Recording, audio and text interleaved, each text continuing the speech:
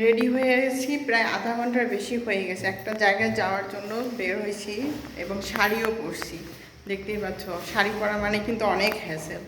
তো যার সাথে যাওয়ার কথা সে এখন আমাদের সাথে যাচ্ছে না, কারণ তার আরও অনেক কলিগ আছে। তো এখন যে কারণে নিজেদেরই বের হওয়া লাগতেছে। এই তো বাসা থেকে বের হলাম, আর এখন হাঁটতে হবে। সামনে হচ্ছে রাস্তা, ওখানে যে অটোতে উঠতে হবে। আর এই যে মাই ম্যান হাঁটতেছে।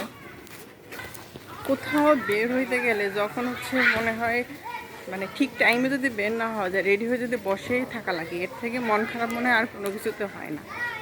সেটা যে কোনো কারো ক্ষেত্রে, যেমন হচ্ছে আমার ক্ষেত্রে যদি আমার হাজব্যান্ড ওয়েট করে তাহলে তার মন খারাপ হবে যে রেডি হয়ে ঘুরতেছে এখনও বের হইতেছে না। তো সেই জিনিসটাও ফিল হইতেছে যে আসলে রেডি হয়ে বসে থাকলে, কোথাও যেতে না পারলে তখন আসলে কেমনটা লাগে।